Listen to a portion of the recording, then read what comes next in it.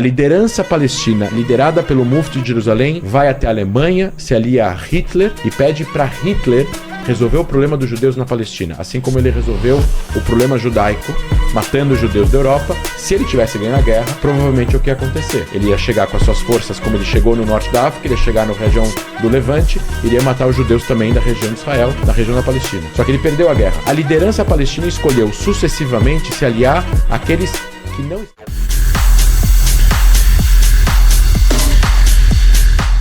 Inscreva-se no canal, dê um like, compartilhe e clique no sininho. Israel está na Cisjordânia não por escolha. Israel não tinha opção de não entrar na Cisjordânia. Israel conquistou a Cisjordânia porque a Cisjordânia foi usada pela Jordânia para atacar o território aí então soberano de Israel, das fronteiras reconhecidas de 49/67. Israel não conquistou a Cisjordânia porque queria aumentar o seu território, assim como não conquistou o Sinai porque queria aumentar o seu território.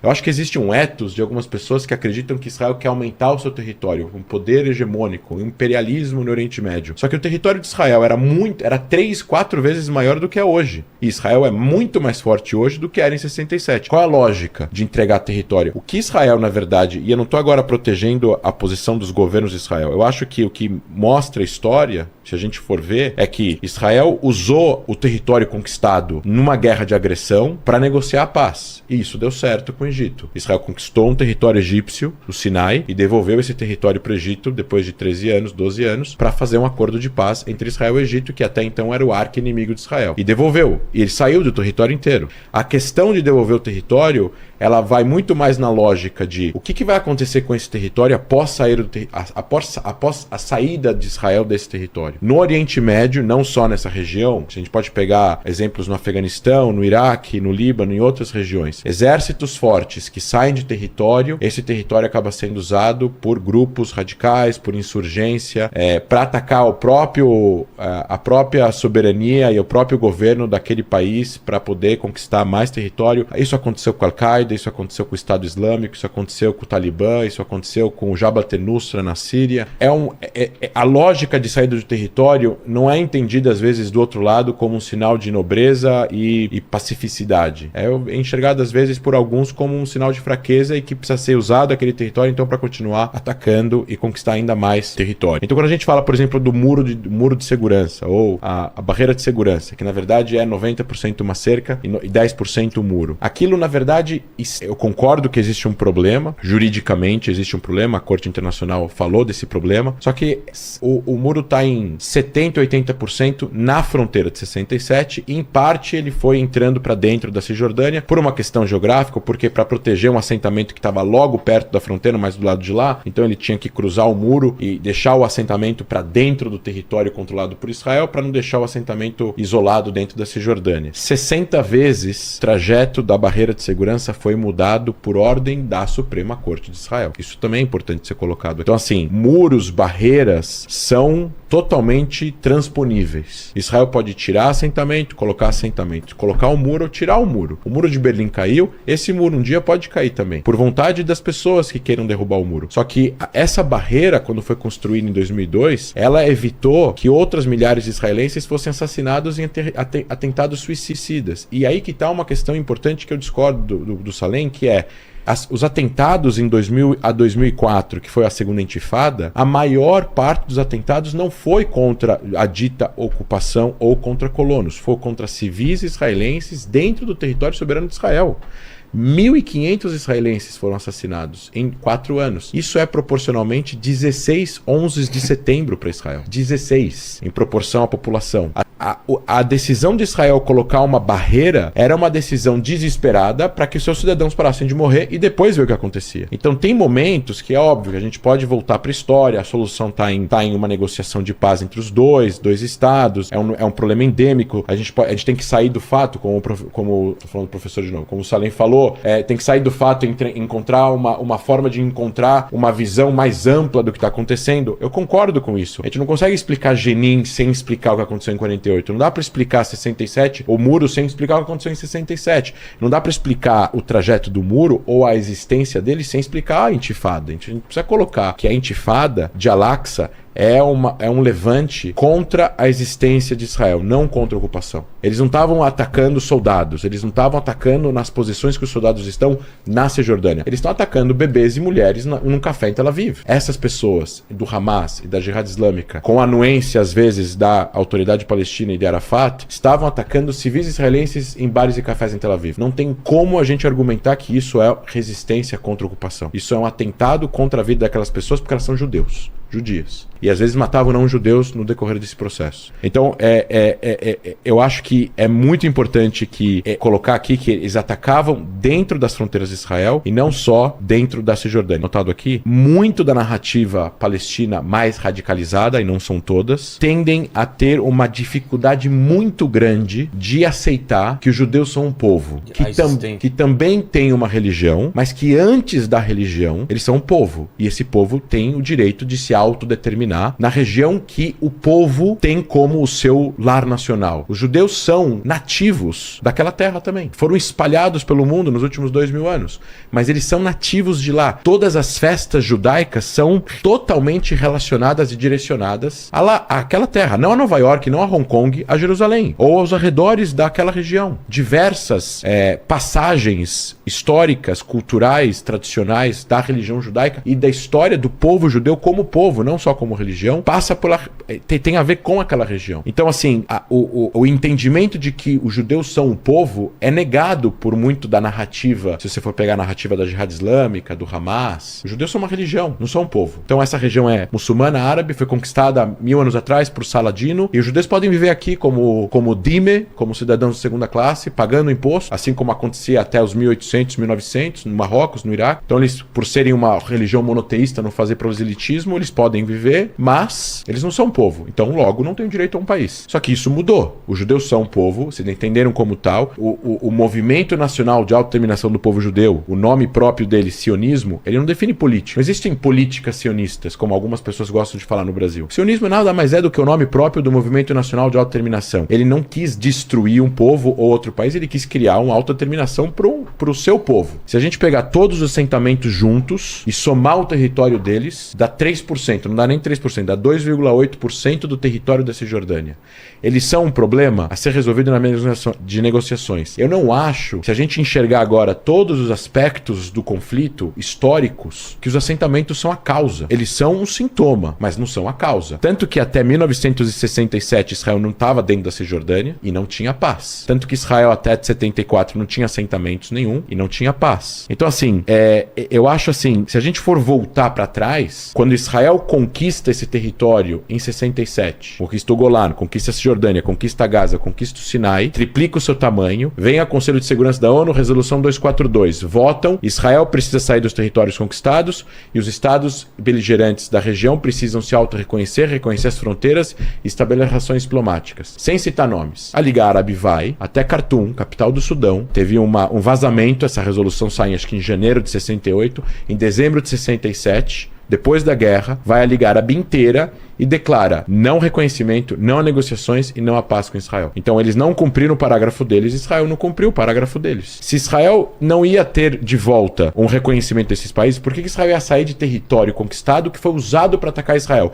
Na cabeça de qualquer general do mundo. Se estão me atacando dali, eu conquistei esse território, eu fico ali até existir uma situação política que possibilite que eu saia dali e aquele território não seja usado novamente para atacar o território soberano de Israel. Mas eu quero lembrar, até 67 Israel estava dentro do seu território soberano e mesmo assim ele estava sendo atacado. Por quê? Porque a narrativa em várias lideranças dos países em volta e da liderança da OLP, da Organização para a Libertação da Palestina, era aquilo que é Israel, até internacionalmente reconhecido e legal perante a lei internacional, não deve existir. E tem que ser combatido até a última gota de sangue. Então, no momento de uma guerra, Israel conquista esses territórios. Da cor, da religião, da sua orientação sexual. Está escrito lá. Agora, existem problemas. Jerusalém Oriental, como o professor falou. Quando Israel conquista a Cisjordânia, ele conquista uma parte que seria Jerusalém Oriental, que seria estava controlado pela Jordânia. Ele anexa Jerusalém Oriental. Ele redefine a fronteira, uma ação na Lei Jerusalém de 1981,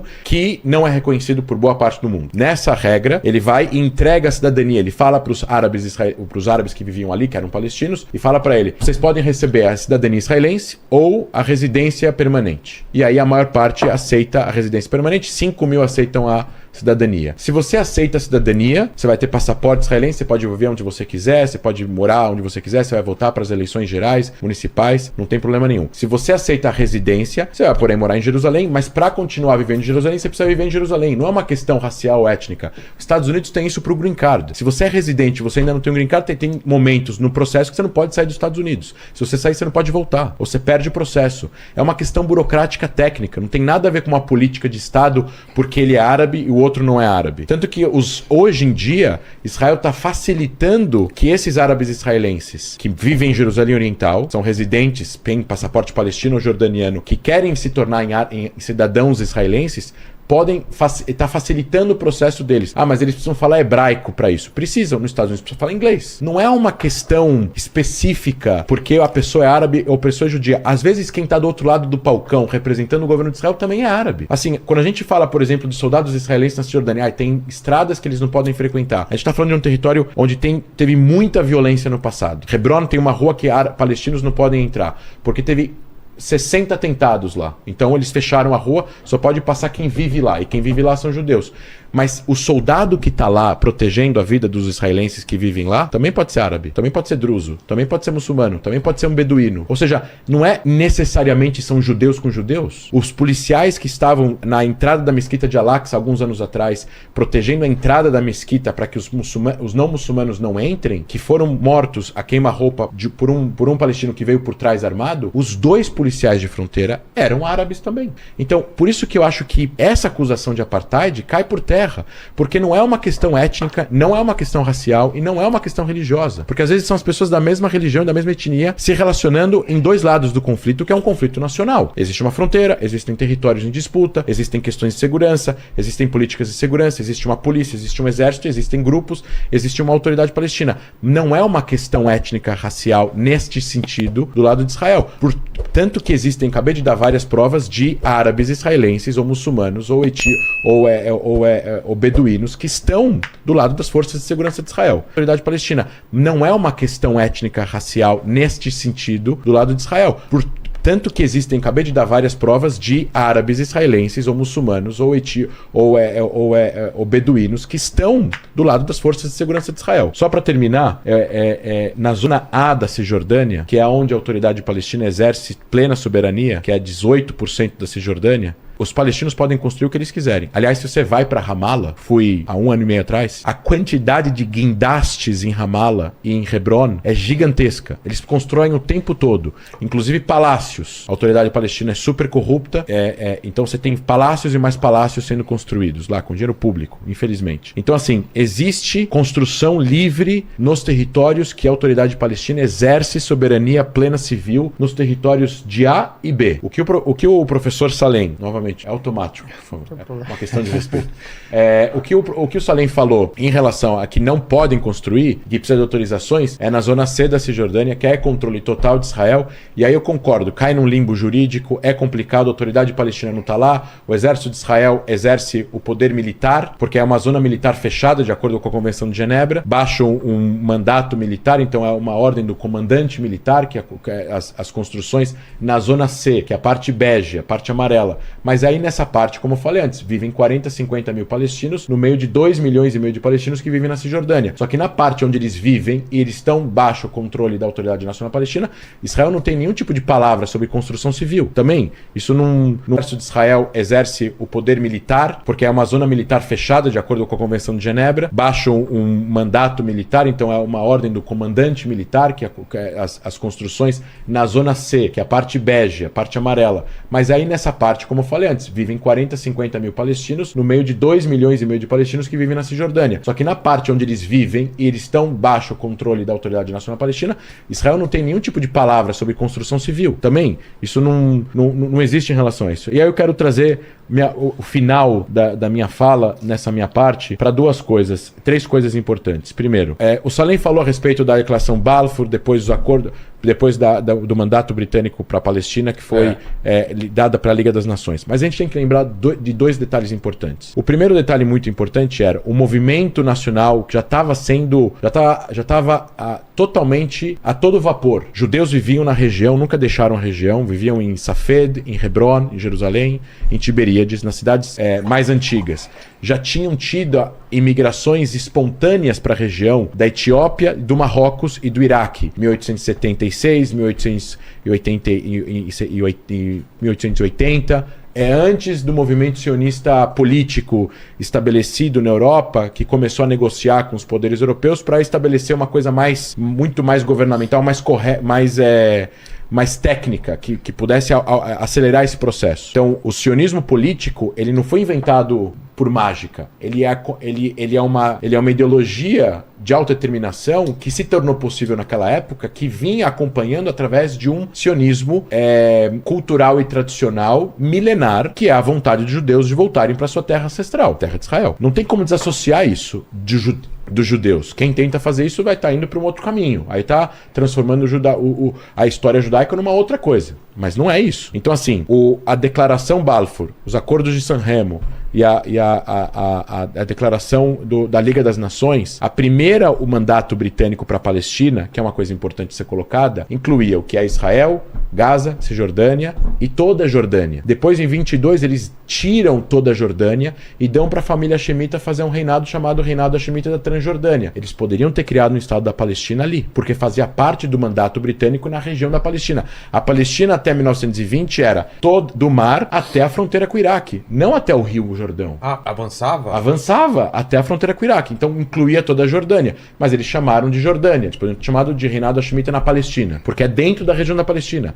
Aí a imigração judaica, através de um mandato britânico, falou: a partir de agora, os judeus vivem apenas na margem ocidental, ou seja, do rio até o mar. Não pode viver no que nós demos aí pro reinado hashemita da Transjordânia, que é uma família que veio da Península Arábica. Eles são sauditas. Por que os palestinos não ficaram? Eu tô terminando, eu quero deixar o professor falar. Eu tô terminando para deixar. Eu não quero. Então, vamos lá. A minha questão em relação a isso é que, assim, injustiças aconteceram de ambas as partes. E ainda tem a questão da desproporcionalidade. Bom, eu vou falar. Tá. A injustiça aconteceram, negociações. A gente tem que lembrar aqui que os judeus queriam fazer um Estado para eles poderem se autodeterminar em parte da região, não em toda a região. E a ideia de os judeus se autodeterminarem, eles queriam criar um país para si, eles não queriam destruir, evitar a criação de um país para os outros. A prova disso é que em 1937, primeira vez que teve uma proposta de acordo de 2 estados, os judeus, a proposta Peel, que era o ministro das Relações Exteriores, Lord Peel, inglês, foi até a região e falou: vamos fazer 2 estados. Fez uma divisão, teve uma comissão em Jerusalém, os judeus falaram sim, e o Mufti de Jerusalém, o Mufti de Jerusalém Al-Husseini falou não. E aí deu início à revolta árabe, que já tinha começado em 36 e acabou em 39. Em 39, os ingleses, não os judeus, expulsaram toda a liderança palestina da região, ou prenderam ou mataram. 5.000 palestinos morreram em 3 anos de guerra. A liderança palestina, liderada pelo Mufti de Jerusalém, vai até a Alemanha, se alia a Hitler e pede para Hitler resolver o problema dos judeus na Palestina, assim como ele resolveu o problema judaico, matando os judeus da Europa. Se ele tivesse ganho a guerra, provavelmente é o que ia acontecer. Ele ia chegar com as suas forças, como ele chegou no norte da África, ele ia chegar na região do Levante, iria matar os judeus também da região de Israel, na região da Palestina. Só que ele perdeu a guerra. A liderança palestina escolheu sucessivamente se aliar àqueles que não estavam do lado certo da história. Se aliaram a Hitler, se aliaram a Saddam Hussein, se aliaram à Revolução Islâmica no Irã, em 79, ficaram do lado do Saddam Hussein quando invadiu o Bahrein. Ou seja, a gente está falando aqui de várias propostas. Em 37, eles falaram não. Em 47, a proposta da partilha da Palestina, que o Salem falou aqui. Quem falou não? A Liga Árabe falou não. Eles poderiam ter um Estado até hoje, desde 47. Eles falaram não para o estabelecimento de um Estado. Em 47, tinha uma divisão. era o resto que sobrou da região da Palestina, a Jordânia já tinha sido criada, aí esse resto que sobrou, dividido em 2, ia ficar mais ou menos meio a meio, Israel ia ficar com um grande deserto e uma pequena parte na costa e a Galileia. Eles iam ficar com a maior parte no centro da região. Eles falaram não, a Liga Árabe falou não, 13 estados falaram não, e o estado não foi estabelecido, era uma recomendação da ONU, a guerra de independência aconteceu e Israel ganhou a guerra. Eles achavam que eles iam ganhar a guerra, Israel ganhou a guerra. E aí a situação começa do onde a gente começou no começo da conversa. Eu vou terminar, porque depois a gente pode voltar para isso. Em relação à guerra e à desproporcionalidade, veja, eu lutei uma guerra contra o Hamas em 2012, e eu não ouvi... Você como soldado. Como oficial acadêmico da inteligência força aérea. Eu estava lá na sala que tem aquelas telas, e os drones, e a comunicação com os aviões e tudo mais. Não tem nenhuma força aérea no mundo, nem a americana, nem a britânica, nem a francesa, nem dos países mais democráticos do mundo, que fazem um esforço colossal para evitar que civis morram, que nem a Força Aérea de Israel. Civis morrem em guerras, infelizmente, mas assim, eu vi alvos sendo cancelados em tempo real, porque apareceu um civil que ninguém sabe quem é, durante um alvo que tinha sido criado durante um ataque, etc e tal. Guerras são complexas. Alvos são criados em tempo real e tem que acompanhar o alvo do começo ao fim, porque a inteligência pode mudar, alguém pode ter entrado na casa, alguém pode ter saído, as armas podem estar em outro lugar, qual bomba vai ser usada, é uma questão técnica. Essa questão da destruição que o Salem falou, eu discordo. As últimas guerras em Gaza mataram 98% de pessoas ligadas à Jihad Islâmica e o Hamas. O mínimo de danificação de estrutura civil possível. Depois eles vão e fazem uma política para aumentar o número de palestinos que entram em Israel de Gaza para poder trazer trabalho para eles e trazer dinheiro para dentro de Gaza, para que eles tenham uma saída para essa escuridão que é viver na faixa de Gaza com bloqueio e com todo o problema de o Hamas controlar a faixa de Gaza. Então assim, sobre desproporcionalidade, o Salem é professor de Direito Internacional. A proporcionalidade em relação a uma guerra, a um ataque durante uma guerra, está em relação à tua resposta em relação ao que aconteceu. Então se cai um foguete do Líbano agora, caiu na semana passada, atiraram foguetes em Israel. Israel responde com 15 tiros de artilharia, isso é uma resposta proporcional. A artilharia é mais precisa que o foguete, então Israel está sendo desproporcional. O que seria uma reação proporcional? Atirar os mesmos 15 foguetes que são desgovernados, podem cair em civis? Não. Se Israel é um exército que tem um hardware e um monte de equipamentos específicos, ele vai responder desse jeito. Ele vai usar os seus equipamentos para atingir esses objetivos militares. O que seria uma resposta proporcional? Atirar, então se o Hamas joga 100 foguetes, então Israel tem que jogar 100 foguetes em Gaza? Não tem sentido essa frase. A proporcionalidade está, se eles jogam 15 foguetes em Israel, Israel não pode destruir metade de Beirute. Isso seria desproporcional. Agora, a guerra que Israel trava contra alvos do Hamas, e nesse caso daqui da Jihad Islâmica e das brigadas de Jenin, em Jenin, na semana passada, Israel usou um drone para tirar um foguete que atingiu um centro de controle de 100 câmeras que a brigada de Jenin instalou dentro da cidade de Jenin. Isso é desproporcional? O que eles deveriam fazer? Entrar com 300 pessoas armadas e metralhar todo mundo que eles verem na rua? Não existe essa frase de proporção e desproporção em relação se o exército vai usar parte do seu material bélico que ele tem para atingir o objetivo que está sendo colocado naquele momento. Então, se eles estão usando aquele lugar para poder criar um centro de operação que vai dali sair atentados terroristas, aquilo é o alvo. Como a gente vai atingir esse alvo? Como eles vão atingir esse alvo? Por qual forma eles vão atingir o alvo? Eles subiram 200 caças no ar e jogaram uma bomba de 1 tonelada em cima do prédio? Não. Eles jogaram uma bomba de 50 quilos de um drone que bateu dentro daquela sala e destruiu só aquela sala. Mesma coisa em Gaza, alguns meses atrás. Como eles mataram os lideranças da Jihad Islâmica que estavam no 8º andar de um prédio residencial? Com drone. Eles não destruíram o prédio inteiro. Eles podem destruir o prédio inteiro. Eles têm aviões e caças e bombas de 1 tonelada que podem destruir o prédio inteiro. Enfim, é a minha opinião a respeito de proporcionalidade e desproporcionalidade. Gostou do conteúdo? Então, não perca mais nada. Inscreva-se no nosso canal para receber atualizações regulares. Deixe seu like se achou este vídeo útil e compartilhe com seus amigos para que eles também possam se beneficiar. Além disso, não se esqueça de ativar o sininho de notificações para ficar por dentro de tudo o que estamos preparando para você. Sua interação é fundamental para o crescimento do nosso canal. Muito obrigado por assistir e fazer parte da nossa comunidade.